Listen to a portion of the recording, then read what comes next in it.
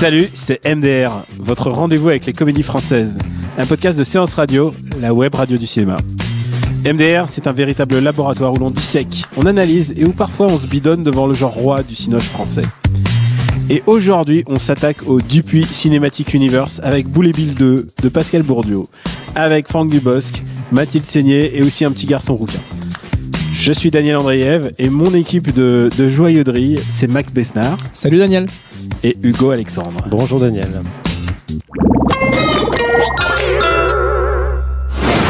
Salut les copains, c'est moi Bill l'éclair.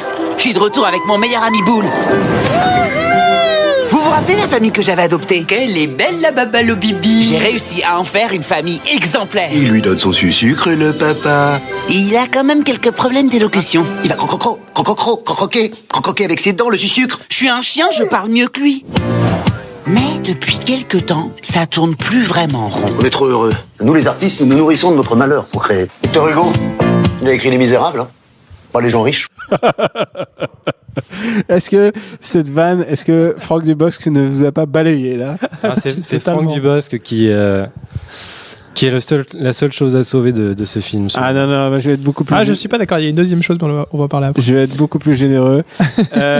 Moi, je suis grand fan de Franck Dubosc et je pense toujours que c'est un mec qui attend sa grande comédie. Peut-être qu'elle viendra jamais, peut-être que... parce que c'est pas Cinéman. Non, ce n'est pas Cinéman. Il y en a eu des bonnes comédies avec Franck Dubosc. Il a eu des très bonnes comédies, mais il attend son classique. Il attend vraiment le film. Et alors, peut-être que ces classiques vont surgir rétrospectivement plus tard. Déjà, tu vois que Embarquement immédiat, il est en train d'être réévalué à la hausse. Bienvenue à bord. Bienvenue à bord. Voilà. Pas confondre ça, c'est avec Harry Habitant. Non, mais le problème, c'est qu'entre celui-là et La Croisière aussi. Non, mais le problème, c'est les films de Croisière Exploitation. À chaque fois, je les confonds. Et Franck Dubosc, qui est bien dans celui-là, c'est qu'il s'en donne à cœur joie, puisque le matériel, faut resituer. Boule et Bill 1, alias Boule et Bill Origins, nous mettait en scène. T'as pas le droit de dire ça. Non mais attends, je vais aller loin. Nous mettait en scène dans Franck Dubosc qui est en fait Roba.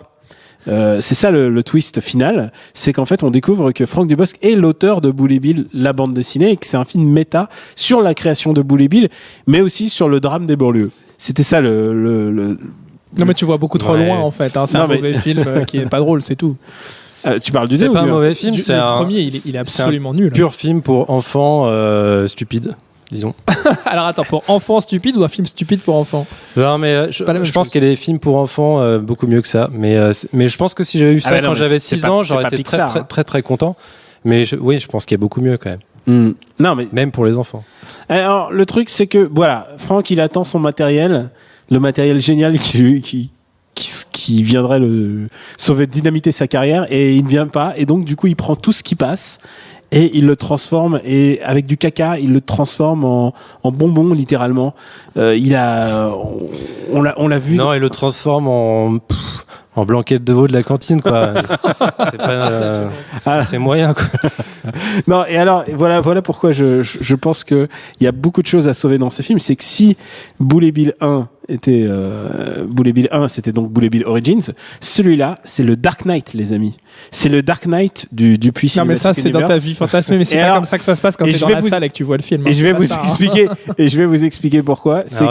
C'est que dès le début du film, Nora Hamzaoui, qui joue le rôle de son éditrice, elle est en train de lui dire non, mais il faut que tu fasses des choses plus dark, il faut que tu fasses pas des trucs pour enfants, il faut que tu fasses des trucs atroces, il faut que tu fasses de la douleur, de la souffrance, triste, il y a que ça qui fait vendre. Et donc pendant tout le film, Franck Dubosc, parce finalement on s'en fout du chien, on n'a toujours pas parlé des autres acteurs, on s'en bat les steaks. Franck Dubosc va essayer de rendre sa vie plus triste, il va essayer littéralement de Bruce Wayneiser de Christian Bale-iser sa vie, et il se met des problèmes, il se dit ah non, on est trop heureux, et on est trop heureux, et alors du coup il essaie de rompre avec sa femme mais sans rompre avec elle.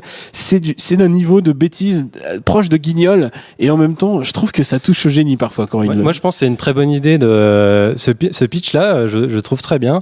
Tu vois, quand je réécris les comédies, ça marche peu. Mais je suis tout à fait d'accord avec ça. Le problème, c'est que la mise en application de cette idée est nulle, quoi. C'est-à-dire que alors c'est moins bien la manière dont il veut semer la zizanie dans sa famille, c'est faire pipi dans les roses de sa femme, c'est se mettre un slip sur la tête pour intimider le voisin. C'est vraiment, Franck Dubosc arrive à en faire quelque chose, c'est dire le génie du gars, quoi. Mais c'est vraiment pas. Pour être tout à fait honnête, il y a quand même pas beaucoup de scènes avec Dubosc qu'on a rigolé. Si, moi j'ai vraiment. Arrête de mitonner. Non, mais non. Et je trouve que le début avec Hamzaoui qui joue en fait la méchante éditrice. C'était prometteur au départ. Et il faut le dire un truc, on n'a toujours pas parlé des autres acteurs, on a parlé que de la première scène avec Franck Dubosc et Nora Hamzaoui.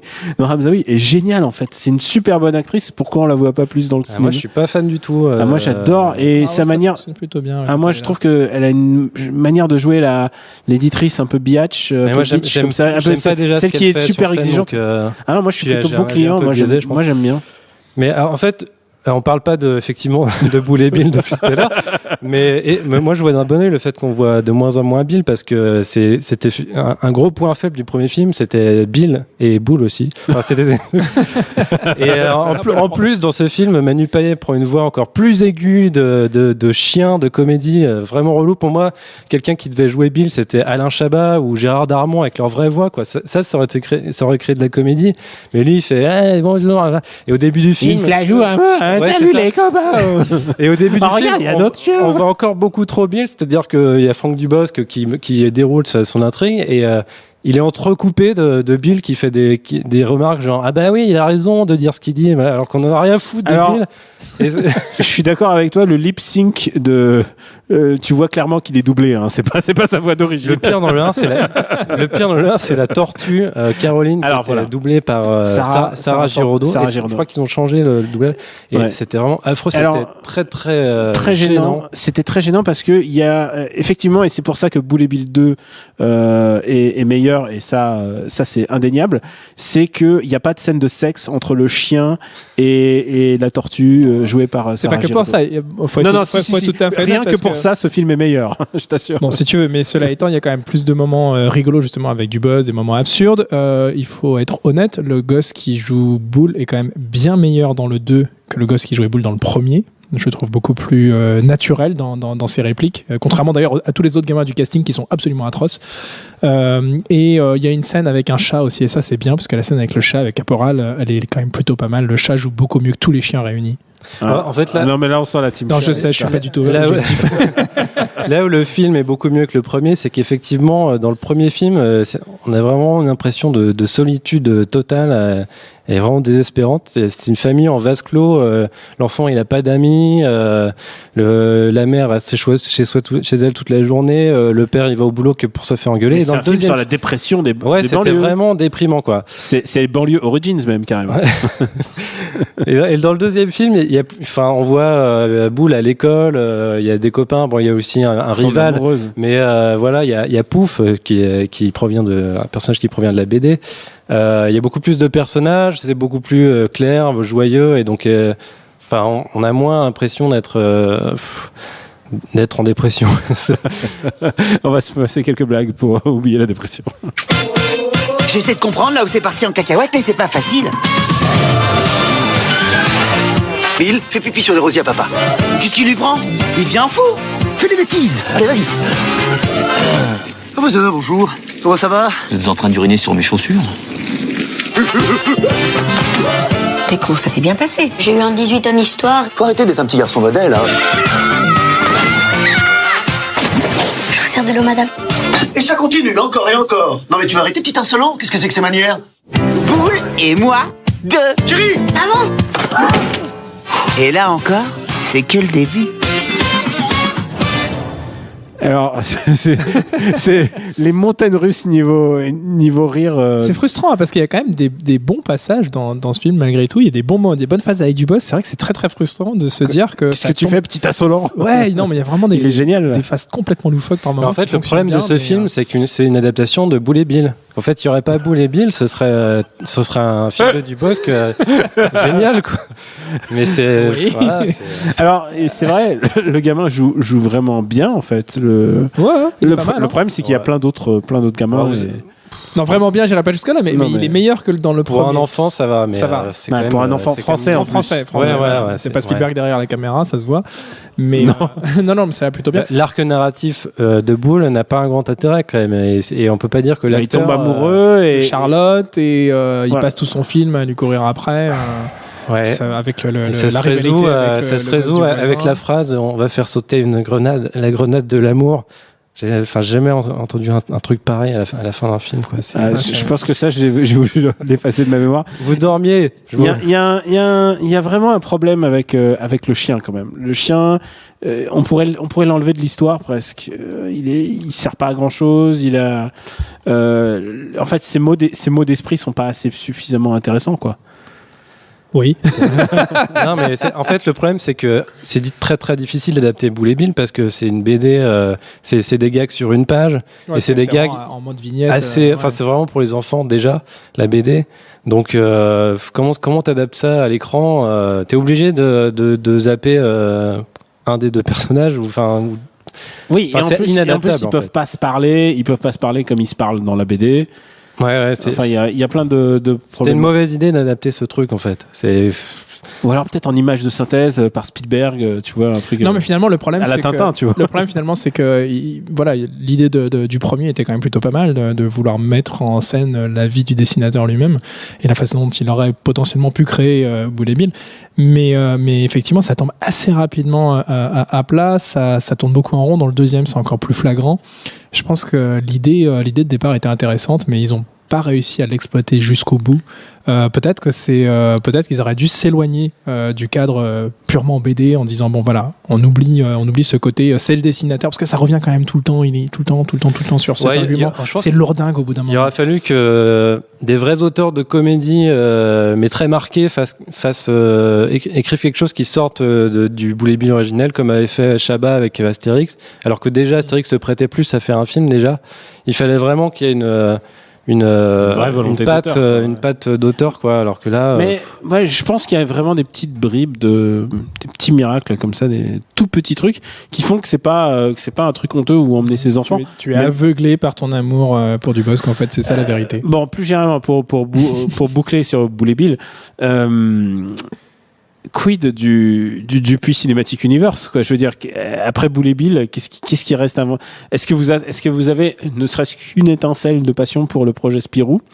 Pas du tout. Ou Young Spirou? Absolument pas. Alors, c'est celui-là où il y a un casting assez étonnant, genre ah non, je confonds avec un autre truc.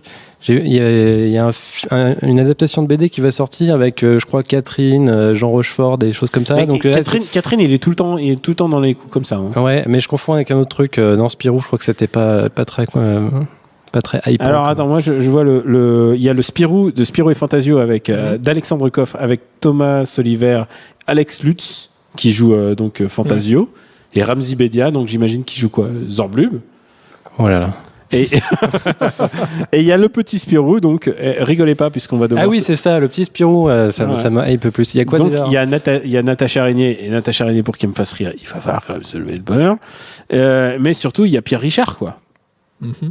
Mais c'est très bizarre parce qu'en plus, tu vois toute sa famille, ils sont tous habillés comme des majordomes. Il y a un truc de. Je sais pas si Spirou, c'est le. Qui fait le petit Spirou? C'est de qui? C'est Nicolas Barry. Pas qui c'est. Je pense que c'est un mec qui l'a envoyé au casse-pipe, mais on lui souhaite bien, vraiment, je souhaite bonne chance, quoi. Mais on parle un instant de Mathilde Seigné ou on n'en parle pas du tout? Putain, j'essaie d'esquiver le. Ouais, je sais, je te vois depuis tout à l'heure, tu tournes autour, mais Qu'est-ce contre-emploi qui remplace Marina Foïs. Écoute, je sais pas si Marina Foïs aurait pu tenir le même rôle de je marche sur une peau de banane, ça marche pas, et je marche ensuite sur un râteau et je me ferai casser la tête. Je sais pas si Marina Foïs est capable de ça. Je sais pas si c'est son registre de comédie. Mathilde Seigné est pas capable de ça non plus, donc qui est capable de ça? Enfin, si elle le fait presque avec joie, je pense. Hein. Non, mais déjà Marina Foïs dans le premier, c'était un peu bizarre. Je trouvais que c'était pas hyper pertinent, et là c'est pareil. C'était bien dans le cadre du film dont on parlait, de la dépression dans la banlieue. Oh, ouais. Oui. Ah si, elle avait un truc. Dans ton analyse, oui, effectivement, mais je l'avais pas vu vraiment comme ça. J'aurais beaucoup aimé voir ce film avec tes yeux, en fait, je crois. Ouais, je pense que vraiment. En fait, je vais faire une version commentaire. Ça sera beaucoup plus drôle. Commentaire audio. Bon, allez, combien vous donnez? Max. Alors, 4,50€, parce que c'est le prix d'un ticket pour enfants au cinéma en moyenne, 4,50€, je crois. Donc voilà, pas plus, parce que honnêtement, il y a quelques moments où j'ai rigolé. J'aurais bien aimé être avec petit neveu, petite nièce. Je pense qu'on se serait bidonné ensemble. Là, bon, avec toi à côté, c'était. Il y a des petits moments c'était tarte à la crème quand différent. elle tombe sur la tarte à la crème là, et qu'elle tombe dans l'escalier. Ouais, non, ça c'était pas drôle du tout. Pas drôle du tout. Non, c'est pas drôle du tout. Non. Je sais pas si je me souviendrai très très longtemps d'un gag. Tu vois, si tu me reposes la question dans un an, qu'est-ce que tu as retenu de ce film ? Je suis pas sûr de pouvoir te répondre. Donc voilà, Ouais, 4€, je pense que c'est très très largement honnête pour un film pour enfants. Ouais, moi je pense, si vous avez plus de 8 ans, 0. Et si vous avez moins, est-ce qu'on peut gâcher de l'argent de poche pour des choses pareilles ? Autant acheter des bonbons, je pense. Non, 0 aussi. 1-0 aussi. Ouais. Non, moi je pense que c'est pas trop mal pour les gamins. Je pense que 4€ pour un gamin. Faut voir ce qui est sorti en même temps pour les enfants en fait, parce qu'il y a d'autres trucs. Alors, Il y a Baby faut quand même Boss. préciser, en ce qui nous concerne, quand on est sorti de la séance, il y avait 2-3 gamins dans la salle et ils étaient au taquet. Hein. Ils étaient bidonnés pendant la hystéros. séance. Les faut gros croire que succès ça sur les scènes scato, je fais caca, le pigeon qui fait caca sur la tête de boule. Et moi je donne donc les 4€ pour pour Franck Dubosc, pour cette vision étrange de cet impresario, cet agent, cet éditeur qui lui dit il faut que tu sois noir, faut que tu fasses ton Dark Knight, et qui s'obstine pendant tout le film à essayer de se noircir la gueule et à faire. Il y a une scène extraordinaire où il est en train de faire ses adieux à sa meuf, mais en fait il va juste dans la cabane du fond du jardin. C'est à se pisser de rire. Et Ouais, c'est surtout la manière dont il le joue. c'est un ridicule. Il le joue, mais comme si Pénélope, elle voyait partir Ulysse, tu vois. Enfin, vraiment, c'est genre le drame de sa life. Oh là là, putain, mais il y a quelques bonnes scènes dans ce film, quand même. Allez, on va passer au reco. Je sens que tu en as une. J'en ai une, et je me dis que quitte à voir un film d'enfant, un film pour enfants, autant voir un Disney. Et j'en profite pour faire un peu de promo pour mon blog toutestneutral.com, où j'avais fait un top de tous les Disney, je les avais tous vus dans l'ordre, pour ensuite les faire une hiérarchie. Et j'avais mis en premier Roxy Rookie, mais c'est pas un film très drôle en fait. Ah non, c'est horrible. C'est tellement tragique. C'est magnifique, hein, mais il faut pas le regarder pour rire. Par contre, je vais ça plutôt a traumatisé des enfants. Ouais. Et Je vais plutôt partir sur Bambi. En fait, C'est un Boulet Bill Rise. la mère de Rookie ou de Rox, le renard, elle meurt dès le début, quoi. Bambi peut aller se rhabiller. Mais en fait, c'est pas de ça que je voulais parler. C'est de Volt Star malgré lui, que j'ai découvert. Oh là là. Et que. Ah ouais, d'accord, tu me chies ma. Non, vas-y. Je te laisse. Non, je trouve que. En fait, j'en attendais pas grand-chose parce que personne n'en parle jamais de ce film. Ouais, je sais pourquoi. Et. Allez, vas-y. Bon, regardez-le, faites-vous votre avis. Moi, je trouve que c'est presque du nouveau un Pixar. Il y a des très bons personnages secondaires. C'est très drôle, un très bon road movie. Je voulais pas te la casser. Hein. C'est un peu le Last Action Hero de Disney, donc ça c'est vrai. Et je pense que Volt est un très bon film pour les Hugo de 30-35 ans, mais en fait, l'ayant vu avec des gamins, les gamins, ils ont rien compris. Ah, peut-être. Oui. C'est vrai que n'étant pas un enfant, la mise en abîme de c'est un chien, mais en fait c'est un acteur chien qui croit qu'il est super-héros. Et en fait, genre, il y a toute une mise en abîme. C'est peut-être trop méta. Et les enfants, j'aurais demandé, alors, qu'est-ce que vous avez retenu du film? On se souvient du hamster dans la bulle. Voilà. Il est génial, le hamster dans la bulle. Il y a un hamster dans la bulle, il est super, mais ils se souviennent que de ça. Il est hyper drôle. Et toi, mon petit hamster dans la bulle, Max? Écoute, moi, je vais pas partir sur un film nécessairement pour les gosses, mais sur une adaptation de BD. Il y en a assez peu que j'aime. Et d'ailleurs, je crois que ça va être la seule vraiment que je porte dans mon cœur. Ça s'appelle Scott Pilgrim versus The World, Scott Pilgrim contre le monde, l'adaptation d'un comics de Brian Lee O'Malley. C'est Edgar Wright qui a écrit le scénario, donc qui a écrit l'adaptation et qui a réalisé le film. Je sais pas si on précise Edgar Wright, Shaun of the Dead. Toi, t'es pas fan, non, c'est ça? Non, c'était si, mais. Voilà, moi je trouve que c'est une adaptation absolument fabuleuse d'un comics qui est absolument fabuleux. C'est très très drôle, mais c'est un film que je regarde au moins 1 ou 2 fois par an depuis sa sortie, donc il est sorti il y a 7 ans maintenant. Voilà, c'est un film que je recommande, je trouve parfait et ça me fait mourir de rire du début à la fin. Alors tu vois, c'est ça le truc de passer en premier sur la reco, c'est que là je me dis non, je m'excuse, et là je meurs d'envie de lui répondre parce que je suis pas complètement d'accord. Vas-y, fais-toi plaisir. Mais non, écoute, c'est un film qui est déjà sorti depuis plus longtemps, chacun pourra faire son avis. La BD est vachement mieux. Et voilà. Elle est différente. Et j'oubliais Marocco, moi, en fait. Ah bah vas-y, fais-moi. Et ben moi, écoute, La fille du 14 juillet, d'Antonin Pajatko, qui est un très bon film par le réalisateur de l'année dernière, c'était La Jungle. La Loi de la Jungle. La Loi de la Jungle, qui était super. Et pourquoi je mentionne, c'est parce que Nora Hamzaoui a fait une de ses rares apparitions cinéma dans ce film-là. Donc parfois elle choisit de la qualité sûre. Merci à Jules et Bill à la technique. Pour nous retrouver, MDR, c'est sur iTunes et sur toutes les applis dédiées. N'hésitez pas à vous abonner et aussi à vous abonner sur SoundCloud, pourquoi pas. Et on se donne rendez-vous à la semaine prochaine. On a rendez-vous avec une nouvelle comédie et j'ai pas encore choisi, je vais être très franc avec vous. Je pense que ça va être la comédie de Dominique Farrugia. On verra bien. Qui vivra verra. À la semaine prochaine.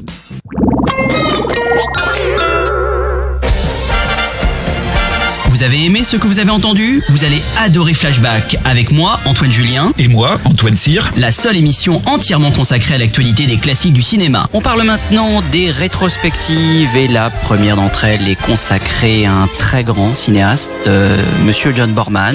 Avec des ressorties. Des rétrospectives. Des histoires de cinéma. Alors, c'est elle aussi, Joan Crawford, une star en déclin de l'âge d'or d'Hollywood. Mais ce qui est intéressant, c'est qu'il n'existe pas de personnalité qui soit plus opposé à Bette Davis que ne l'est Joan Crawford. Des livres et des DVD. Et bien sûr, des invités. Costa Gavras, bonjour. Bonjour. Merci infiniment d'être avec nous dans Flashback. Un programme de séance radio à retrouver sur SoundCloud, iTunes et toute autre plateforme dédiée.